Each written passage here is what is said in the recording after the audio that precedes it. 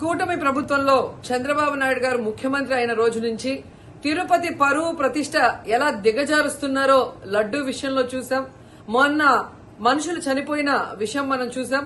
ఈ రోజు deputy mayor ఎన్నికల్లో ఏ విధంగా మేయర్ మీద గాని, అలాగే వచ్చిన కార్పొరేటర్ల మీద, అలాగే దళిత ఎంపీ మీద దాడులు చేయడం మనం కళ్ళారా చూస్తున్నాం. ఒకవైపు వైఎస్ఆర్సీపీ నాయకులు మాకు అవసరం లేదంటూనే చంద్రబాబు నాయుడు, లోకేష్, మరోవైపు తమ నాయకులతో ఏ విధంగా కార్పొరేట్ల మీద, బస్సు మీద, అలాగే మేయర్ మీద, ఎంపీ గారి మీద దాడి చేశారు, రాళ్లతో కొట్టారు, బూతులు తిట్టారు, కొంతమందిని కిడ్నాప్ చేసి తీసుకెళ్లడం మనం కళ్ళారా చూస్తున్నాం. ఇవన్నీ కూడా పోలీసులు చూస్తుండగానే వాళ్ళ ప్రేక్షక పాత్ర వహించినప్పుడే జరగటం అనేది ఈ రాష్ట్రంలో లా అండ్ ఆర్డర్ ఎంత ఘోరంగా ఫెయిల్యూర్ అయిందో మనకు అర్థమవుతుంది. అండ్ పవన్ కళ్యాణ్ గారు, మీ ఎమ్మెల్యే, జనసేన ఎమ్మెల్యే తిరుపతిలో ఎంత దిగజారిపోయి ఈ రోజు కార్పొరేటర్ని కిడ్నాప్ చేస్తున్నారో ఒకసారి గమనించండి. నిజంగా మీరు చెప్పుకున్నట్టు చంద్రబాబు నాయుడు, లోకేష్, పవన్ కళ్యాణ్ మాకు 93% సీట్స్ వచ్చినాయి మొన్న ఎమ్మెల్యే, ఎంపీ ఎలక్షన్ లో అన్నారు. మీది ఈవీఎం గెలుపు అని అందరూ కూడా అనుకున్నారు. అదే నిజం అనేది ఇక్కడ మళ్లీ ప్రూవ్ అయింది. ఎందుకంటే నిజంగా ప్రజల ఓట్లతో మీరు 93% సీట్లు సంపాదించుంటే ఈ రోజు ఒక డిప్యూటీ మేయర్ పోస్ట్ కి ఇంత రాద్ధాంతం చేసి, ఈ విధంగా రౌడీజం, గుండాయిజం చేసి కిడ్నాప్ చేయాల్సిన అవసరం ఉందా అని నేను అడుగుతున్నా.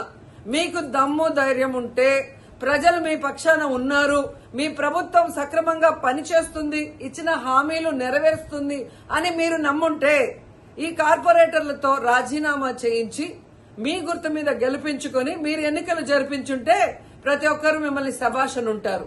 కానీ ఇక్కడ జరిగే ఒక డిప్యూటీ మేయర్ ఎన్నికలకే ఈ విధంగా ఒక మహిళని చూడకుండా మేయర్ ని ఏ విధంగా హ్యూమిలేట్ చేస్తున్నారు, ఆమె మీద దాడి చేస్తున్నారు, అలాగే ఒక దళిత ఎంపీ గురుమూర్తి గారి మీద ఎలా బూతులతో తిట్టి దాడి చేస్తున్నారో టీవీలో అందరూ గమనిస్తున్నారు.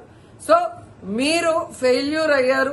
ఈ 7 నెలల కాలంలో ప్రజలు మిమ్మల్ని అసహించుకుంటున్నారన్న విషయం తెలిసి ఇలా దిగజారుడు రాజకీయాలు, రౌడీ రాజకీయాలు చేయాలనుకోవటం నిజం కాదని నేను అడుగుతున్నా. ఒకవైపు ఎలక్షన్ కమిషన్ మేము రిక్వెస్ట్ చేస్తున్నాం, ఇలాంటి కూటమి ప్రభుత్వం చేసే ఈ దారుణాలకి ఫుల్ స్టాప్ పెట్టండి. ఎవరైతే ఈరోజు దాడి చేశారు, బూతులు తిట్టారు, కిడ్నాప్ చేశారో ఆ తెలుగుదేశం, జనసేన నాయకులందరూ కూడా టీవీల్లో కనిపిస్తున్నారు. వాళ్ళందరినీ కూడా అరెస్ట్ చేసి వాళ్ళకి పనిష్మెంట్ ఇవ్వాలి.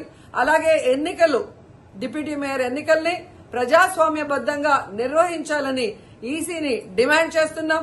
అలాగే చంద్రబాబు నాయుడు, లోకేష్, పవన్ కళ్యాణ్ కి తెలియజేసుకుంటున్నాం, మీకు ప్రజల పక్షాన నిలబడి ప్రజలకి మంచి చేశాము అన్న నమ్మకం ఉంటే, మీకోసం ఎవరైనా వస్తే వాళ్ళతో రాజీనామా చేయించి మీ పార్టీ గుర్తు మీద మీరు ఎన్నికలకి వెళ్ళండి.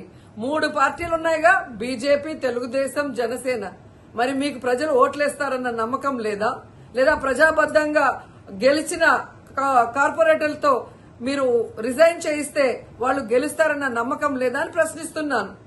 సో ఒకసారి తిరుపతికి అమిత్ షా వచ్చినప్పుడు ఎలా బ్లాక్ ఫ్లాగ్స్ ఊపటం, అలాగే రాళ్లు వేయటం అనేది మనం గమనించాం. వాళ్ళు మర్చిపోయి ఉండొచ్చేమో గాని ఈ రోజు రాష్ట్రం అంతా కూడా చంద్రబాబు నాయుడు తిరుపతికి ఎవరొచ్చినా, తిరుపతిలో ఏం జరిగినా, ఏ విధంగా దిగజారుడు రాజకీయాలు చేస్తూ తిరుపతి పరువు ప్రతిష్ట మరి దిగజారుస్తున్నారో అందరూ గమనించి వాళ్ళకి బుద్ధి చెప్పాలని కూడా ప్రజల్ని కోరుకుంటున్నాను.